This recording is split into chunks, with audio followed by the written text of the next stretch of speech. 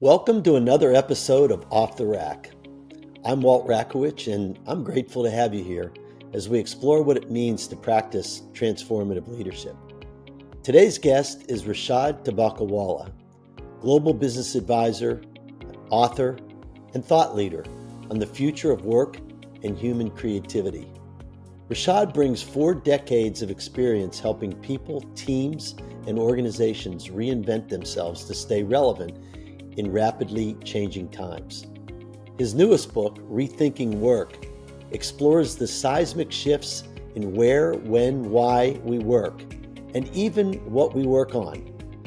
In today's episode, we'll explore these highlights and more, like what happens as roles, teams, and offices are unbundled, and how that affects culture and influence, why leadership today demands curiosity, empathy, and humanity over hierarchy, and how creativity and meaningful connection are becoming the true competitive advantages in an AI-driven world.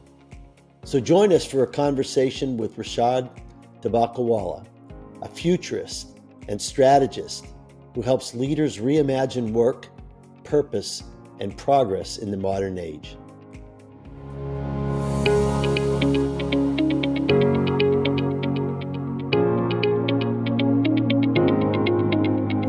All right, Rishad, it is really great to have you on the show.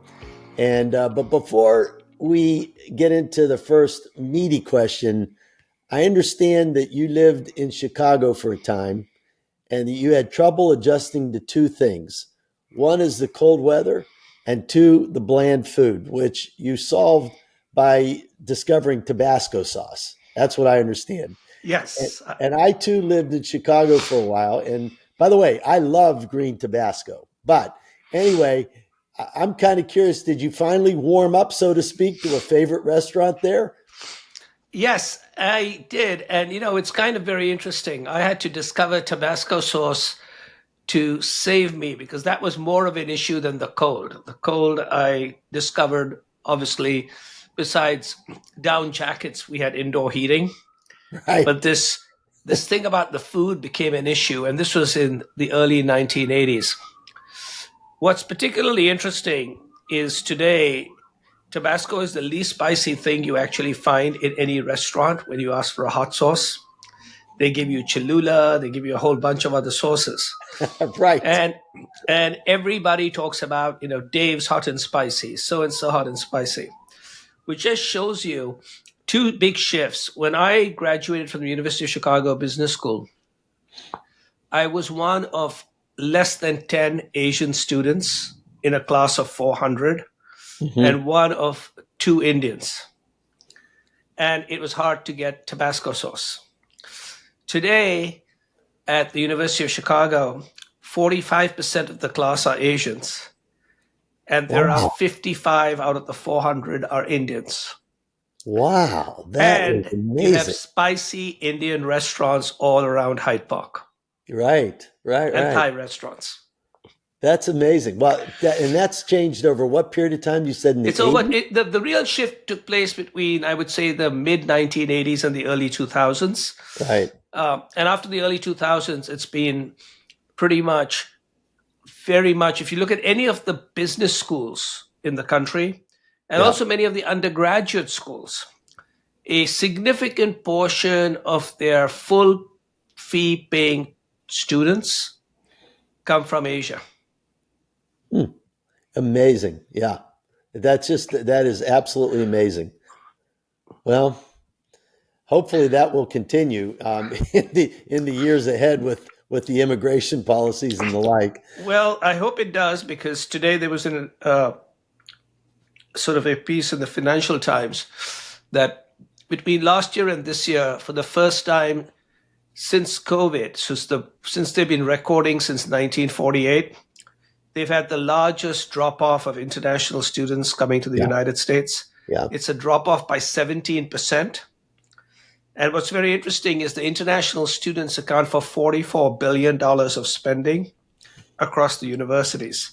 So the strangest thing is the international students not coming is directly tied to less money going into science, and technology studies in the US. It's Hmm. very, very odd how people don't see one thing connected to another. But they are definitely connected. And I Yes, was on the board at Penn State University, and I know very much the economics do very much depend on international students coming in. yes, So, um, well, that's another topic for another day. But yes, one thing I would say, speaking of adapting to different cultures, just as roles and teams and offices evolve, what does it take to sustain a strong workplace culture today in what you call this unbundled world? I mean, how can leaders maintain influence and belonging when their people aren't even in the same place or on the same schedule? absolutely. So it's very challenging, but there are some interesting solutions. So the first is I suggest to all these accomplished individuals that part of getting the answer correct is asking the right question. Mm, And if you ask the question, how do I get people back in the office? That is not as good a question as how do I maximize the benefits of in person interaction, right? You're not really trying to get people back into the office. You're trying to get the benefits of in person interaction hmm with an additional line. And how do I do so while attracting and retaining the best talent and keeping my cost structures competitive? And when you do that, what you begin to realize is that in many industries and for many levels of employees, it really requires you to bring people together only once a quarter. mm, Okay. Again, not if you're completely new to a company, you may need some sort of boot camp of a few months. But again, if you're not in the dentist business, but in most companies, if you put together teams all together in some fantastic location where you train them, people engage, relationship is built, some of the manifestos of the company are shared, you need a week, a quarter. That's it. And mm, it's been proven again and again. Okay. So first is ask the right question. Yes, there's benefits to in-person interaction. And by the way, the other one is don't have one model for everybody, which is a model for someone who's joining a company with one type of job might be 5 days in the office. For somebody else, it may be zero mm. days in the office. Right, So the right. very same companies that talk about personalization and agility do not personalize or have flexibility for their talent. So I start with that, which makes a lot of senior people think differently. Like just ask the question. So I don't go in saying in person interaction doesn't make sense. I say it does. But ask this question, you come up with a different answer. Then I will give you two specific answers. A, belonging has nothing to do with place. I've got a lot of research to show that. Belonging has to do with whether you are listened to, seen, heard, and are growing. And that has nothing to do with space, or very little to do with space. Hmm. But the other one is culture has got nothing to do with space. If you want to have people all together drinking Kool-Aid like they did, and that is called a cult. That's not called culture. A cult is everybody drinking and singing from the same page in the same compound, but that's a cult. Jonestown is called. Okay? A culture, especially one that encourages belonging and a few of the factors that leaders want, have four things in it. The first and most importantly is excellence.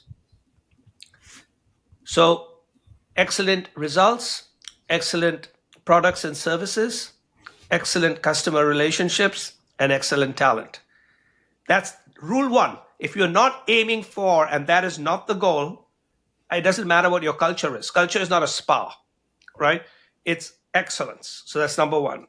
Number two is it's a growth mindset. How do you take responsibility? How do you basically accept the facts on the ground? And then how do you tell a story and turn it around? Very much like you did. when you took over your company or one of your companies. The third is collaboration. How do people work together? And the last one is open and honest communication, including somebody saying to you, Walt, when you were the CEO of your company, Walt, that little thing that's brown and moist in the middle of a table is not a brownie, it's a piece of shit. We have a piece of shit to deal with. Right? They're willing to tell you what you may not want to hear. Yes. But what is the truth? Yes. Tell me how any of that has to do with space. Okay. It has nothing to do with space. Nothing. So nothing. And that's what I try to tell people, which is, please, in a world that is being reinvented, we need to upgrade our own mental operating systems. Yes, it's so true. So along those same lines, you've long argued, and this kind of goes, in the same place of what you're talking about. You've argued that leadership today demands things like empathy, humanity. Yes. I mean, it gets back to, are you seen? Are you heard? The things that you just talked about. Yes. So what have you seen great leaders do differently to embody that shift? I mean, I think are there small habits or, something like that they do? So the best leaders that I've seen have some combination of these capabilities. In some cases, they score an A+, in other scores, they'd be a B, but they're never an F in any of these, right? In some, they're a little stronger, in some, they're a little less stronger, but they don't fail in any of these. But in some, they're very much stronger than others. And those basically are the biggest thing that the modern leaders are understanding is they're managing through a zone of influence versus a zone of control. Amen to that. Okay, so it's zone of influence versus zone of control. And by the way, zone of influence also says this is the standard of excellence we all have to judge ourselves by, right? And I'm not going to come and take a ruler and measure you every 15 minutes, but this is what I consider to be excellence. So zone of influence. By basically saying, watch me and my behavior, as I remind people, kids don't listen to what their parents say. They watch what their parents do, right? So part of it is they have to model the behavior that they want their employees to have in their behavior and recognize its zone of influence. Then they have basically what I call capability, which is they actually know what they're doing. So I could not be a leader of doctors because I know nothing about medicine, right? So you need to be capable in your field to be a leader. No one is going to follow someone who has no capability in the field, right? So the top leaders have capability. They have zone of influence. They model their own behavior. That makes sense. And to a great extent, the other thing that they do is they have the ability to inspire people. And that inspiration comes from a combination of empathy, which is they listen, vulnerability by surrounding themselves with people who offset their weaknesses, right? And storytelling.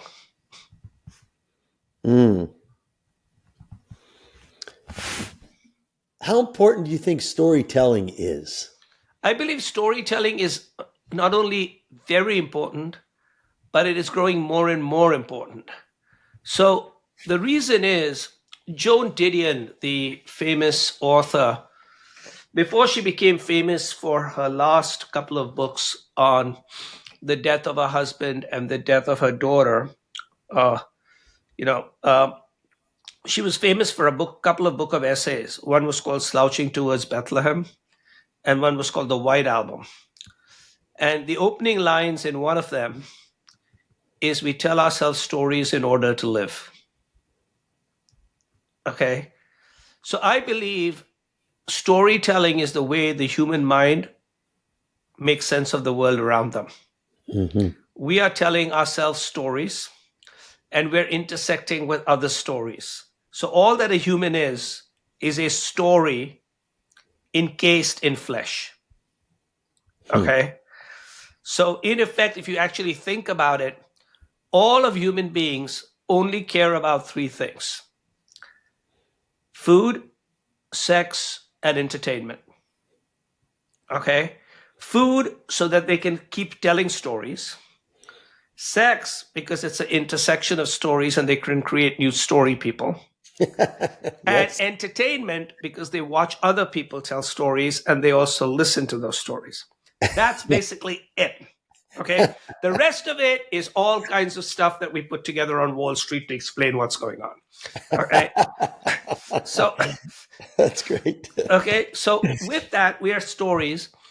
But what begins to happen is in today's world, facts and data alone do not convince people, because when you were turning around your company, the facts and data basically said you were in deep doo doo. Mhm. So if you just held on facts and data, people would say, okay, there's this new guy who's come around, but we're sitting basically in a terribly, terribly dirty toilet. Okay. And you probably came in and said, we are in a terribly dirty toilet. In fact, it may be even dirtier than we think it is. Mhm. But by the way, let me tell you a story, okay, Mhm. on how we are going to basically clean this place up. And this toilet is going to not look like this. It's going to basically look at the first like the toilet at the Four Seasons. And then at some particular stage, we're going to basically be in the business of making Toto or whatever it is, okay? But you were telling them a story and they had to basically buy the story because you were asking them to choose with their hearts. And I believe human beings choose with their hearts and they use numbers to justify what they did later. Mhm. Okay. So storytelling important, especially today in the age of AI, where two things are happening. One is we don't know who to trust because everybody, like, everything is weird, but everybody has the same knowledge. I'm not saying the same wisdom, but everybody has access to the same knowledge. Mhm. So how you story tell becomes a very big part of this. But part of it also, to give you an idea of how important storytelling is, the number one, number two, and number three uses today of AI in the consumer, so non-corporate usage, are basically therapy, relationship management, and solving for loneliness, Mhm. right? We are so hungry for stories. We are going to let a machine tell us stories. Mhm. Boy, that's amazing. Well, I think you're right. And I have to tell you, when I did take the company back over, I had to tell myself a lot of stories as well. Exactly. And that's exactly what we do, because in effect, we have to tell ourselves stories, because including your stories was, what the hell have I done? Exactly. Yeah. And how am I going to get out of this? Yes. Like, what the hell did I do? With a couple of drinks and some sort of hubris, I thought I could turn this around. Now, where am I? Yeah, That's what usually exactly. happens. Yeah. But you're right about the storytelling. And I do believe that leaders have to demonstrate that almost to get people to, really want to follow them. Exactly. But also, as you did, and this is the thing I remind people, is as you did, and others like you who are very successful leaders, your story also reminded people where they were. So you Hmm. did not describe paradise, you described the current situation, Hmm. right? So storytelling doesn't mean it's all about fantasy and fable. It's often facts, right? This are the fundamental stuff we are facing now. And in effect, what that does is it combines and it creates something that you did in your firms, and I see a lot of leaders do, which is by basically telling a story, but it's built on facts, and then saying, okay, there is a plan, you're a part of this plan, and we're going to have some successes and failures as we move forward. You then created two things that were very important to your company, which is trust and integrity, Hmm. right? So, trust and integrity is simply stories well told with facts and leaders who people can believe. So, speaking of that word trust, I'm going to tie this to technology a little bit. So, with what we see, AI accelerating the change at every level, How do leaders balance embracing technology, which is scary in some respects, and people are worried about their jobs and the like, with protecting that human spirit that you need within your teams? So the reason and the rationale that I follow, and in fact, over the last 2 weeks, I've been in 5 different cities with five major companies, and I have the advantage of going there not because I'm any good, but because I have nothing to sell, so they believe me. I'm a one-person band. You can buy a book. I get $3. So they say, okay, he won't come, and his answer won't be me. Whatever my answer is, it ain't me. It's definitely not me, right? Mm-hmm. And so what I basically sort of begin is I tell them 2 or 3 simple, very, very short stories. Okay. So literally I get them to embrace technology by start telling them stories. And so the first story I basically say to them is that when I began my career, I built the case for cable television when there was ABC, CBS, NBC, and I worked in like advertising. And I brought in a gentleman called Ted Turner.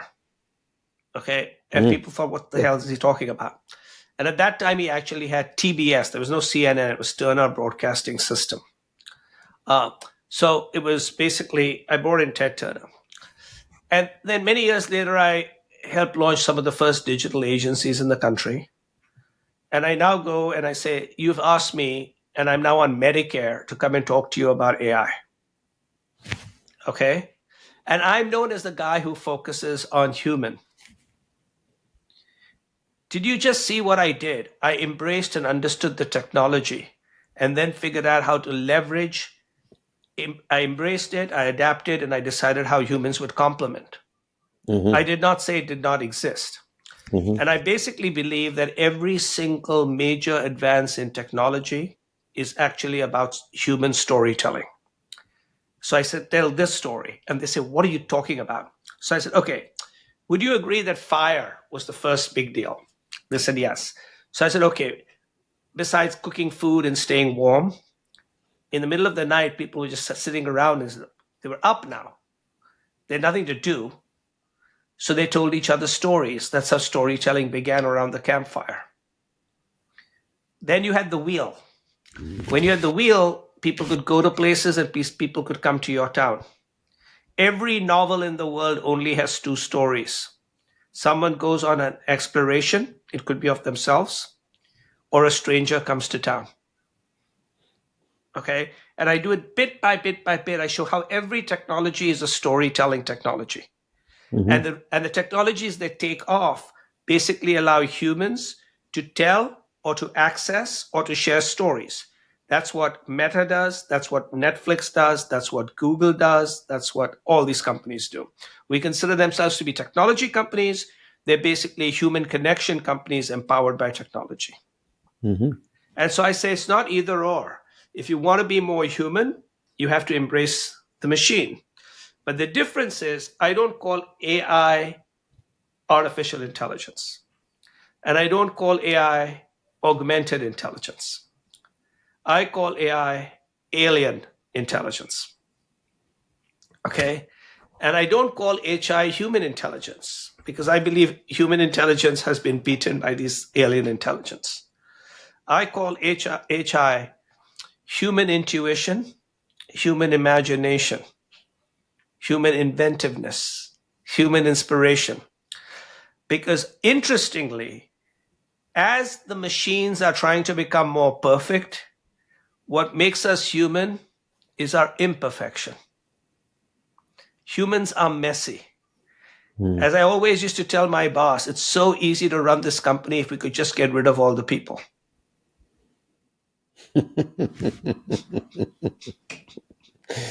Yeah, that's. But you know what? The other thing, I look at this whole situation with AI, and I know that you don't call it that, but whatever.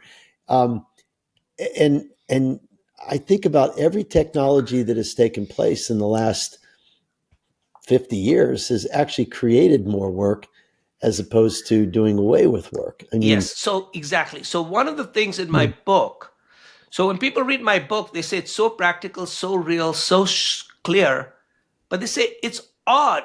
It ends up being so positive. Okay. And I said, yes. And the reason it's positive is because I've actually lived through the last 50 years. But even if I get the last 50 years wrong, which is possible, and maybe even probable, what I will say is this, that if I just ask you to change one thing, just one thing, you'll start thinking very positively.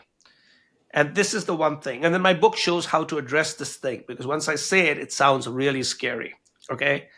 So I truly believe, and I'm going to see 5-10 years from now if I'm right, that we are at peak full-time jobs in the United States. Mm-hmm. Okay. Peak full-time jobs in the United States. We will never have as many jobs as we have today. And every year you're going to have fewer and fewer full-time jobs. We're at peak full-time jobs. We are not at peak work, peak wealth creation, and peak opportunities to work. What has happened is we have equated a full-time job to be the same as work. And it is not. Okay. And I'm telling companies, that's the reason I'm going to speak to CEOs of companies. I said, listen, people, you need to create 2 new types of employees ASAP. ASAP. Stop worrying about all your OpenAI deals and Claude deals. Fine, do that. Okay. But 80 or 90% of your company's success won't be those deals. Everybody's doing those deals. Like I've said, like AI is like electricity. You won't differentiate against other people using electricity, and none of your competitors are using candles. So forget that. Okay, do those deals. What will differentiate you is your HI, which is the rest of the company, if that makes sense. Mm-hmm.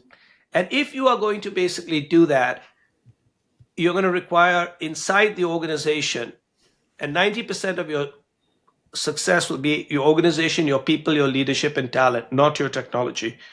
If you're going to do that, how are you going to basically think about having 5 types of employees versus 3? So they say, what are you talking about 3 versus 5? What 3 do we have? I said, you've got 3. I said, you've got a full-time employee in your company, which is probably you, CEO or CFO. You have a contract employee, which might be a full-time employee, but from a different firm. So a majority of the people working at Meta and Google are not Meta and Google employees. Mm-hmm. They're employees of Cognizant and Wipro and all these other places. And then you have a freelance employee. So I say you already got 3. But now I will tell you that within 5 years, most of your employees will not be those 3.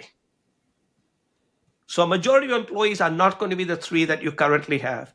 I believe in 5 years, a majority of your employees are going to be agentic employees and fractionalized employees. So agentic employees are these like machines that run around with login addresses and everything else, and which we can complement, embrace all of that. And then there's going to be this other thing called the fractionalized employee. And the fractionalized employee is someone who works 60% or 80% of their time in the company, gets 60% or 80% of all their benefits, but 100% of healthcare. Okay. And when you do that, what you're going to find is if you actually offer it to companies, and I've seen it being experimented, in most companies, if you ask all the employees whether they want to work 60, 80, or 100% with 100% healthcare, or 60, 80, most companies on average will end up with 82%. Which means I've just said you can basically reduce your costs by 18% if you need to without a single layoff. Okay. Mm-hmm. And what do people want to do with the other 20 to 40%? Well, one is, while our population is declining, one group of people are really growing a lot. People like you and myself, which are seasoned, right? 11,500 people turn 65 every day. Many people, for either health reasons or financial reasons, 2 types of financial reasons, may not want to work full time. Health reasons, they may not want to work full time. Financial reasons, they may not need to work full time. Or they may not be set up for retirement if they don't want to work all the time, but they've got a lot of seasoned knowledge. Offer them, right, this model. That would be one thing that's very important, especially those in their 50s. 65, you got Medicare, but in their 50s, you need that. That's one. Yep. Second is people caring for aging parents and children. Third is we now need to invest deeply in re-educating ourselves. Give me time to go back to school or send me to school, right? But you don't have to pay me 100% anymore. Send me to school. And those are so simple and so human and so doable, right? So I said, why are you thinking that way?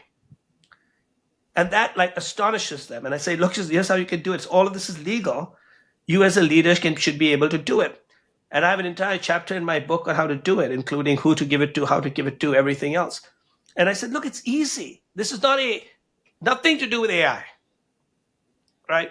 And that is what I ask people to do. One of the things you'll see me often saying, not in this particular book, but in my writing, is how to make sure we build the case for the exact opposite of what we believe.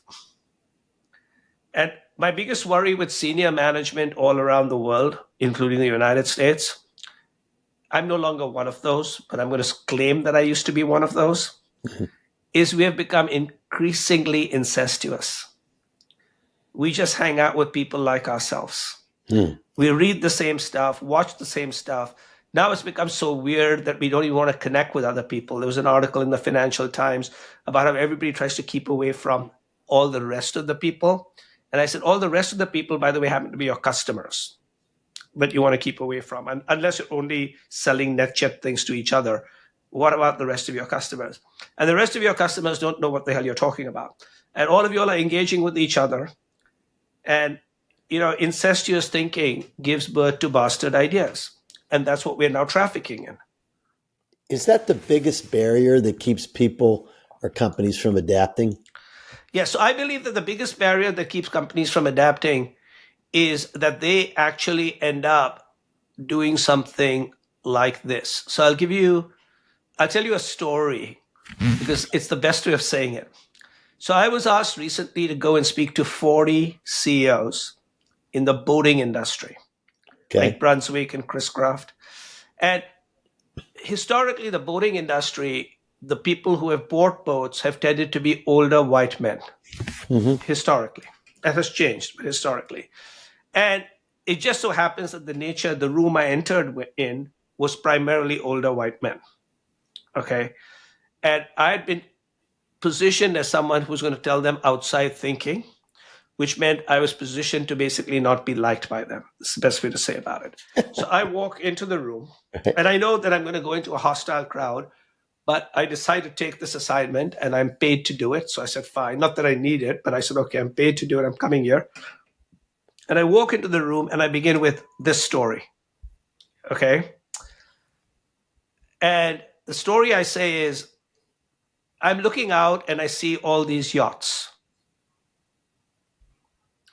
And this was in Washington, D.C., and it's on the Potomac, okay, where some of these yachts are.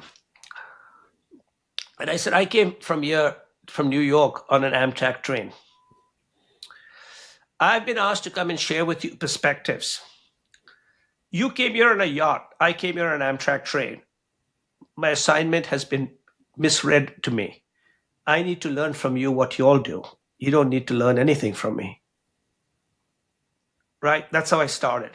And the tenor of the room completely changed. Completely changed, right? So their stuff is, okay, not bad. We don't dislike this guy, but maybe we'll listen to him. We're not sure whether we like him at all, but we don't dislike him as much as we thought we would. And then is the answer to your question. I said, I've read your backgrounds, which I did in the train, and you and all your companies are so great that none of you as companies nor yourself as CEOs can be defeated. And now they really like me. And then I have one line, unless you decide to defeat yourself. Would you like me to share with you how other people have defeated themselves, though you all are too good to defeat yourselves? And then they say, you bet, we want to listen. One or two of them stand up and say, what you just did, we need to listen to you because you very subtly told us we didn't know what the hell we were talking about. And you Right. knew that we didn't want you to be here. But the way you did it earns you the ability to talk to us. So I said, okay, You thank you very much. you disarmed them, and then you threw the bomb at them. Yeah. And so then I basically said, hey, listen, what happens is I said there are lots of challenges, but I said the real big challenge for you all is you all have stopped thinking like outsiders. And you all built your companies thinking like outsiders. You stopped thinking like underdogs. You all have arrived. And you built your company driven by being an underdog or in a turnaround situation. You now are so successful, you don't have to take short-term pain for long-term gain. But you used to take short-term pain for long-term gain. And I said, therefore, you've stopped thinking like immigrants. And all of us are immigrating into the future. To succeed in the future, you need to think like the way you did. I'm not saying I'm talking about immigrating to the future, not countries, but we're moving into a future. And you got here by thinking like outsiders, underdogs, and taking risks. Now that you have arrived, you talk to each other, you are the overdog, and you talk about quarterly earnings. And they really, really love that. I think that is sage advice. It reminds me a little bit of someone I know that wanted to be a partner with me, and this person was younger, and he said to me that I'd like to be a partner with you because you've got gray hair, and I have a lot to learn from you. And I remember thinking, no, you don't. I'm not sure how much, because the world has changed. It's changed. The world has changed. But, here's what basically happens is I believe the reason he was probably right, and I keep learning from people much younger than I and much older than I. And I remind them it's a mindset thing versus a demographic or geographic thing. I, in my mind, am on Medicare, but I think I'm 25 years old. Right. Okay. But I probably am not, even mentally. When I talk to some folks, I say, oh, shit, however much I can fake it, I can't. This I don't know, right? But I truly believe it's a combination of all of us. And so I basically say successful companies and leaders find ways to combine roots and wings. Okay. And often those who have gone before remind us of our roots. They also have wings. Mm-hmm. And then other people remind us of wings, and you need both of those. Yeah. If that makes sense. I think that's also sage advice. I want to ask you, Rishad, if you had one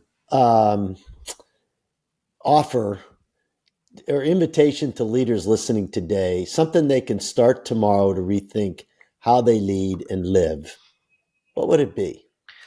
It's very simple. It is your mobile device has, depending on whether it's Android or Apple, is on its 16th or 18th operating system in the last 18 years. Mm-hmm. Your mobile device has upgraded its mind 18 times. When was the last time you upgraded your mental operating system? And my advice is, here is how I would suggest that you consider upgrading your mental operating system starting today or tomorrow. And it's very simple. Take 1 hour a day to learn, and take it from everywhere excepting sleep and your family. So don't take it from sleep, because most of the people I talk to don't sleep enough. And don't take it from your family, because you probably aren't spending enough time with them. Maybe not. But take it from everywhere else. And then everywhere else, it could be for younger people, it's watching sports and social media, right? For older people, it's work and work and work. And I say, the reason you want to take a 1 hour away from work is because if you upgrade yourself and you transform, that's the only way your company will transform. Because companies don't transform, people do. And by you modeling that you are learning, your whole company goes into learning mode. Mm-hmm. And So spend an hour learning. Then the next question they ask is, what should we learn? Right? And I say, very simple. What you should learn is, starting today also, write down either on a piece of paper or on your mobile device, what are two or three things that you heard today that you're not exactly clear about what the hell people are talking about? Okay. Or what Hmm. interests you? The next morning, either ask people in your company, go onto the internet, ask ChatGPT, and learn about that. It doesn't have to be about work. It doesn't have to be about AI. Hmm. Okay. It Yeah. could basically be about Shakespeare. It could be about opera. It could be about golf. Who the hell cares? Okay. Right. Spend an hour a day learning. And once you get in the mindset, you then start asking questions of other people to help you. Mm. And that is a big thing. Now, I'll also throw you a second recommendation. So that's the first recommendation, which is an hour a day every day. And I do that myself, an hour a day every day. Okay. Even Hmm. though, quote unquote, I'm jobless, I still do that 1 hour a day. Okay. The second is not to do it every day, because you can't operate like this. Once in a while, build a case for the exact opposite of what you think is true. Okay. Accepting two things. Don't question the following two. Does gravity matter?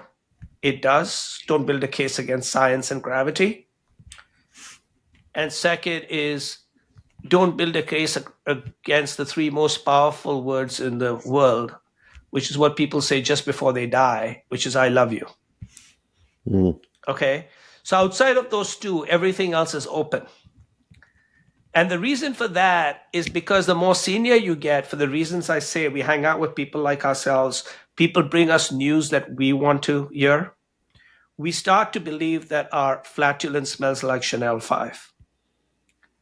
And the only way out of that is once in a while building another case against you. And often I say the way to do it is decide how you would defeat yourself today. And if you do those two, but the first is one every hour. If you ask me one, that's the one I'd give you. But for most people, I say do both of these, once every day and then once every few weeks. And the likelihood that you won't significantly be better is zero.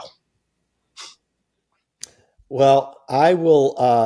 I will commit to do one thing. I'm going to put out a blog on that because that is really, really profound, and I think you're absolutely right with that. And as a matter of fact, I think I've got a few things on my to do list now that I need to start doing. It stretches you in ways that you're not used to being stretched, is doesn't it?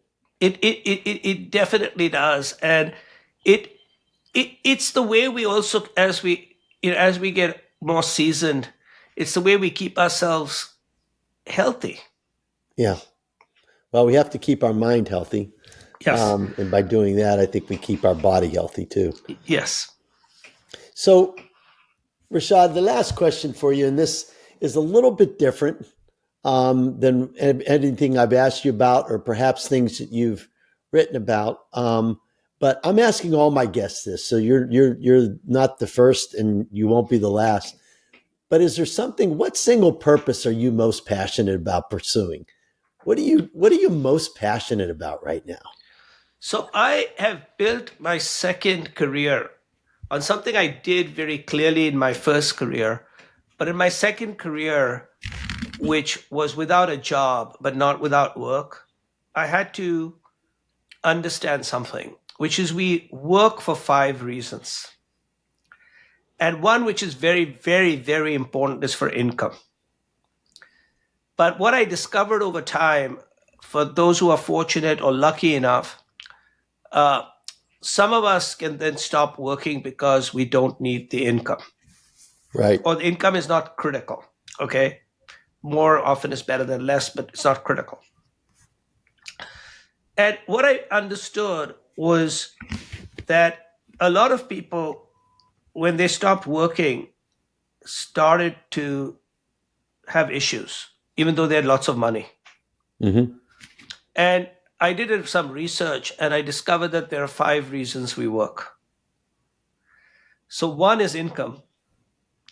The other four are identity, purpose, community, and growth. Mm-hmm. And if you actually think about identity and purpose, right, and community, it's something to do with what am I doing and why am I doing what I'm doing. Mm-hmm. If I don't have to do it for an income, right? Yep. And so I believe what I do and what I'm passionate about is helping people see, think, and feel differently about how they grow themselves. Love that. I love that.